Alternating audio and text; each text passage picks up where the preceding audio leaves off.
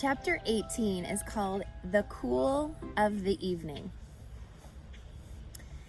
In the cool of the evenings, when shadows darkened the fairgrounds, Templeton crept from the crate and looked around. Wilbur lay asleep in the straw. Charlotte was building a web. Templeton's keen nose detected many fine smells in the air. The rat was hungry and thirsty. He decided to go exploring. Without saying anything to anybody, he started off. Remember, he's been asleep in the crate all day. "Bring me back a word," Charlotte called after him. "I shall be writing tonight for the last time." The last time? Do you think she means the last time at the fair? The rat mumbled something to himself and disappeared into the shadows. He did not like being treated like a messenger boy. After the heat of the day, the evening came as a welcome relief to all. The Ferris wheel was lighted now. It went round and round in the sky and seemed twice as high as by day. There were lights on the midway, and you could hear the crackle of the gambling machines and the music of the merry-go-round and the voice of the man in the Beano booth calling numbers. The children felt refreshed after their nap.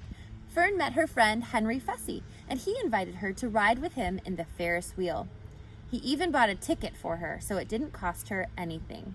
When Mrs. Arable happened to look up into the starry sky and saw her little daughter sitting with Henry Fussy and going higher and higher into the air and saw how happy Fern looked, she just shook her head. My, she said. Henry Fussy, think of that." Templeton kept out of sight. In the tall grass behind the cattle barn, he found a folded newspaper. Inside it were leftovers from somebody's lunch. A deviled ham sandwich, a piece of Swiss cheese, part of a hard-boiled egg, and the core of a wormy apple. The rat crawled in and ate everything. Then he tore a word out of the paper, rolled it up, and started back to Wilbur's pen. And if you look carefully, you can even see the word that Templeton is going to rip out. It's this word right here. It says humble. Humble is a good word for Wilbur, isn't it? Do you know what humble means? To be humble means so not bragging about your accomplishments would be humble. Charlotte had her web almost finished when Templeton returned, carrying the newspaper clipping. She had left a space in the middle of the web. At this hour, no people were around the pig pen, so the rat and the spider and the pig were by themselves. "I hope you brought a good one," Charlotte said. "It is the last word I shall ever write." "Here," said Templeton, unrolling the paper. "What does it say?" asked Charlotte. "You'll have to read it to me." "It says humble," replied the rat. "Humble?" said Charlotte. "Humble has two meanings. It means not proud, and it means near the ground. That's Wilbur all over. He's not proud, and he's near the ground." "Well, I hope you're satisfied," sneered the rat. "I'm not going to spend all my time fetching and carrying. I came to this fair to enjoy myself, not to deliver papers." "You have been very helpful," said Charlotte. "Run along if you want to see more of the fair."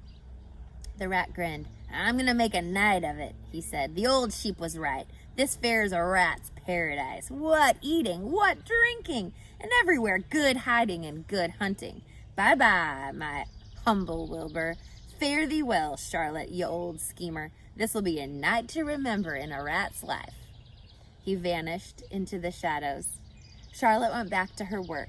It was quite dark now. In the distance, fireworks began going off, rockets scattering fiery balls into the sky. By the time the Arables and the Zuckermans and Lurvy returned from the grandstand, Charlotte had finished her web. The word humble was woven neatly in the center. Nobody noticed it in the darkness. Everyone was tired and happy. Fern and Avery climbed into the truck and lay down. They pulled the Indian blanket over them. Lurvy gave Wilbur a forkful of fresh straw. Mr. Arable patted him.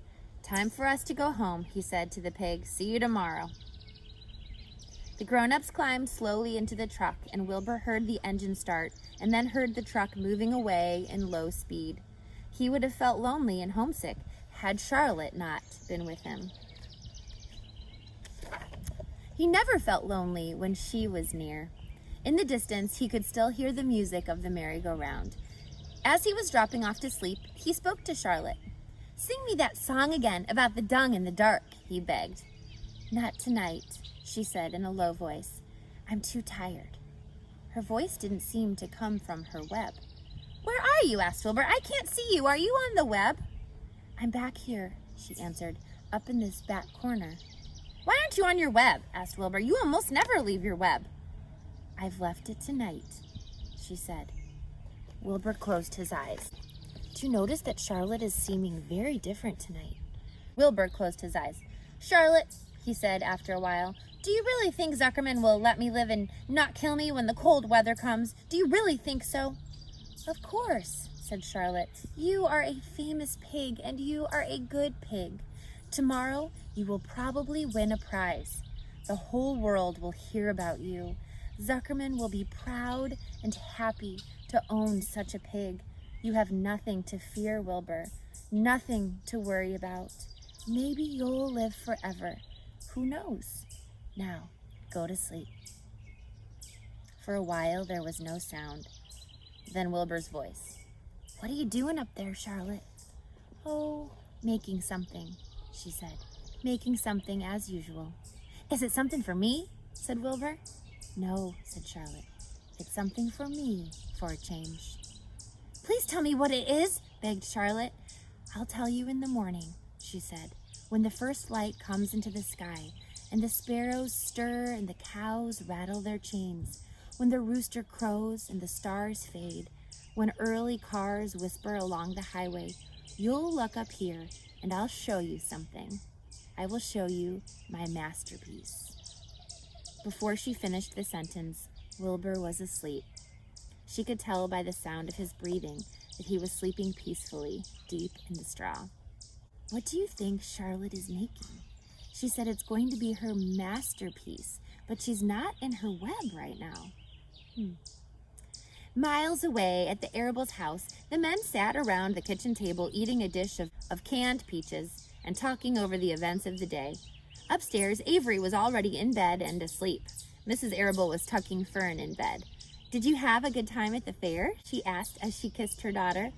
Fern nodded. "I had the best time I have ever had anywhere or any time in all of my whole life." "Well," said Mrs. Arable, "isn't that nice?" The next chapter is called The Egg Sack. The egg sack. Do you think that's what Charlotte is making? Her egg sack?